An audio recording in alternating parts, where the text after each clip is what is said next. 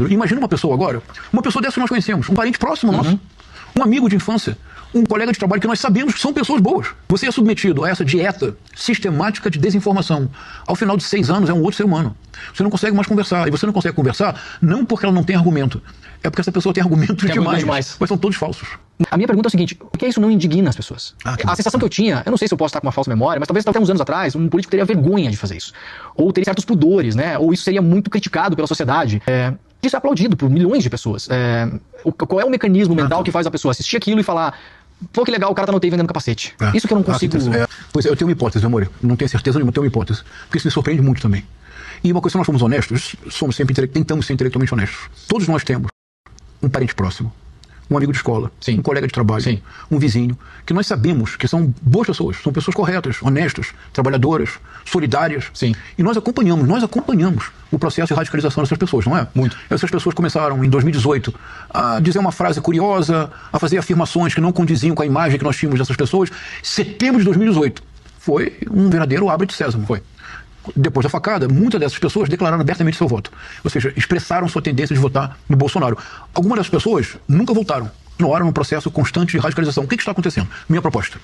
E aqui há uma diferença importante em relação ao nazifascismo, para retomar o início. Perfeito. É que no nazifascismo, por exemplo, em 1933, Hitler chegou ao poder. Foi eleito e depois se torna chanceler, mas foi pelo voto. Primeira ação do Joseph Goebbels, o ministro especial do Hitler. Primeira ação dele, criar um projeto chamado Rádio do Povo. Mas o que é isso? Era um projeto para subsidiar e estimular indústrias a produzirem rádios em grande quantidade, num preço acessível. É que vocês são muito jovens, mas eu ainda fui Maracanã com radinho de pilha. Eu fui também. Eu sei que eu tenho cara de 43, mas eu tenho 44. Você lembra do radinho de pilha? Claro. É isso. E, eventualmente a gente jogava no campo também.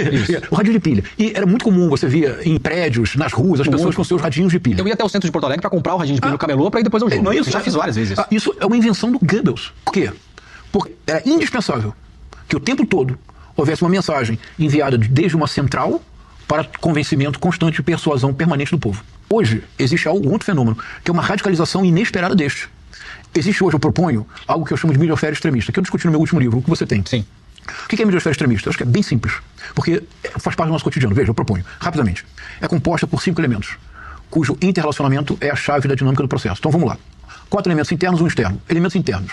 Imagine esse nosso amigo, essa nossa pessoa conhecida de 2018. Essa pessoa, ela participa de inúmeros grupos de WhatsApp.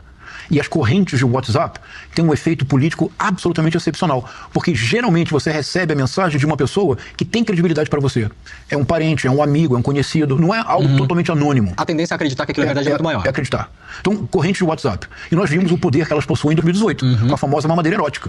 Como eu participo incógnito de vários grupos bolsonaristas do WhatsApp e do Telegram, eu vi o vídeo, não sei se você viu o vídeo. É ridículo o vídeo. Vê uma professora vestida de uma forma que a professora não se veste, uma mamadeira cujo bico é um falo, e ela se joga em cima da mesa e literalmente mama aquela. É uma coisa. É inconcebível que alguém possa imaginar que isso seja verdade. Pois bem, milhões de pessoas acreditaram. Então, corrente de WhatsApp. 1. 2. Redes sociais.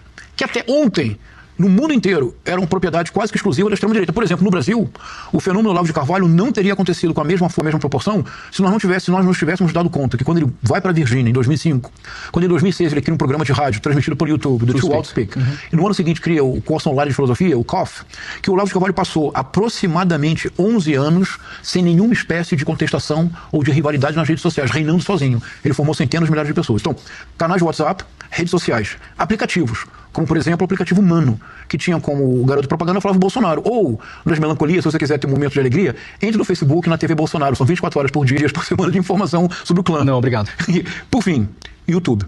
O YouTube é no mundo inteiro, não só no Brasil, é o verdadeiro hub, é um porto de radicalização ideológica. E o importante é que esses 4 elementos estão interconectados. Um vídeo do YouTube vira corte para o WhatsApp, para as redes sociais. O aplicativo é uma espécie de YouTube de nicho. Esses 4 elementos. Agora imagine uma pessoa que se informa unicamente nesta rede, essa midiosfera extremista, porque é um pacto que nem Riobaldo faria. O Riobaldo, famoso pacto do Riobaldo, se é ou não diabo. O Riobaldo do Guimarães Rosa não faria esse pacto. O pacto é muito claro. Você participa dessa rede, você se compromete claramente a só se informar no interior da midiosfera extremista. Você recusa a Globo Lixo, a Foice de São Paulo, o Estado de São Paulo comunista, então ICL, TV Brasil, nem pensar. Sim. Se você, por exemplo, jogar uma matéria da Folha de São Paulo num grupo desse, você vai ser escorraçado. As pessoas não vão acreditar. Basta ser da Folha de São Paulo que já não é verdade. Ou da Globo, ou do CNN, etc, etc. Quinto elemento.